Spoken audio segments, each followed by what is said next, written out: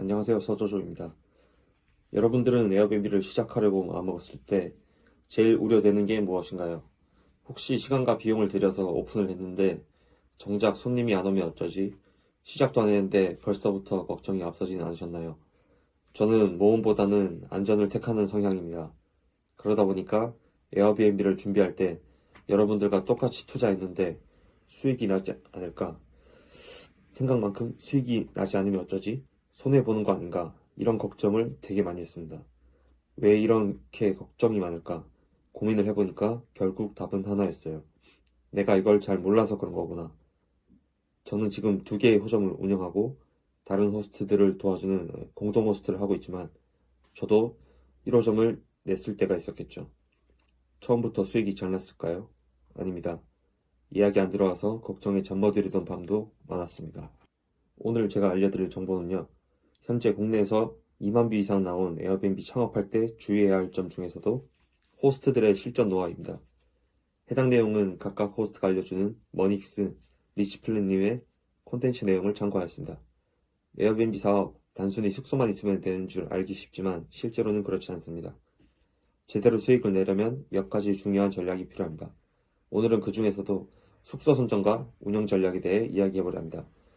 첫 번째로 숙소는 집에서 최대 1시간 내외 거리에 있는 곳으로 잡는 게 가장 좋습니다. 숙소를 운영하다 보면 생각지 못한 문제가 생기기 마련인데 멀리 있는 숙소는 대응이 어렵습니다. 반대로 가까우면 급한 상황에도 빠르게 조치할 수 있고 관리하는 데도 훨씬 효율적입니다. 두 번째는 꼭 허용된 구역에서 정식으로 하셔야 합니다.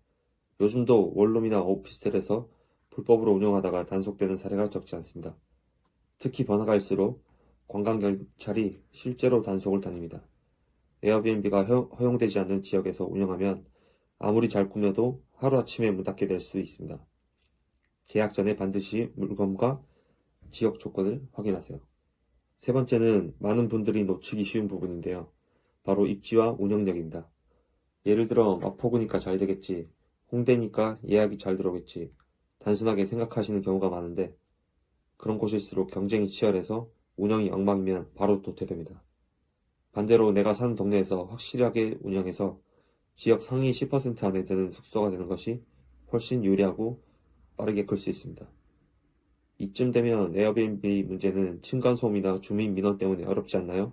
라는 질문을 하실 수도 있습니다. 실제로 남의 집, 특히 빌라나 아파트처럼 입구를 공유하는 구조에서 운영하다 보면 소음 문제, 주민 민원, 심지어 법적 분쟁까지 이어지는 경우도 있습니다. 그런데 제가 강조드리고 싶은 건 이런 문제는 에어비앤비라는 서비스 자체의 문제가 아니라 운영 방식의 문제라는 겁니다. 저는 처음부터 허용구역 내에서 가능하면 단독 출입이 가능한 구조를 선택했고 실제로 인원 제한, 침대 구성, 인테리어 컨셉, 게스트 타겟팅까지 모두 전략적으로 설계했습니다. 덕분에 단 한 건의 민원 없이 안정적인 운영이 가능했어요. 파티 분위기를 유도하지 않고 업무와 휴식 중심의 구성을 하면 가족 단위, 출장 손님처럼 차분한 이용자들이 훨씬 많이 들어옵니다. 결국 중요한 건 숙소의 성격을 어떻게 설정하느냐, 어떤 손님을 유도하느냐, 그리고 문제 발생 시 얼마나 빠르게 대응할 수 있는 위치에 있느냐입니다. 그렇다면 수익을 올리기 위해선 어떤 부분을 중점적으로 신경 써야 할까요? 첫째, 게스트가 원하는 숙소를 만들어야 합니다. 본인이 예쁘다고 생각하는 스타일이 아니라 실제 여행객 입장에서 불편하지 않게 편리하게 머무를 수 있는 숙소가 되어야 해요. 와이파이, 세탁기, 업무 공간, 에어컨, 킹사이즈 침대 같은 기본 편의시설은 물론 감성적인 요소도 중요합니다. 둘째, 플랫폼 알고리즘을 이해해야 합니다. 숙소가 아무리 좋아도 노출이 안 되면 예약이 들어오지 않습니다. 노출을 잘 되게 하려면 평점, 응답률, 예약 취소율, 예약수 등 전반적인 운영 지표가 좋아야 해요. 특히 슈퍼호스트의 기준은 에어비앤비가 중요하게 여기는 요소가 집약된 것이니 꼭 확인하시길 바랍니다. 셋째, 썸네일과 숙소 소개는 한눈에 이해될 수 있게 직관적으로 구성해야 합니다. 게스트가 숙소의 컨셉을 바로 파악할 수 있다면 클릭률이 올라가고 클릭률이 올라가야 노출 순위도 올라갑니다. 넷째, 여러 플랫폼을 동시에 운영하기보다 초반에는 에어비앤비 하나에 집중하는 게 좋습니다.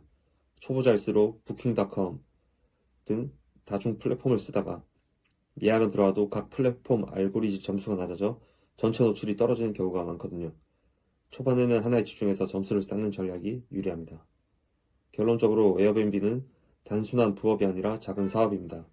단순히 숙소만 꾸며놓는다고 해서 예약이 몰려오는 게 아니라 전략적으로 운영하고 게스트 입장에서 끊임없이 개선하며 플랫폼에 대한 이해도와 함께 따라가야 수익을 낼 수 있습니다. 저도 수많은 시행착오 끝에 지금의 운영 방식을 만들었고 여러분께 이 경험을 공유하고 싶었습니다. 이번 영상이 도움이 되셨다면 좋아요, 구독 부탁드리고 더 깊이 있는 내용이 궁금하시거나 실전 코칭이 필요하신 분들은 댓글 달아주세요.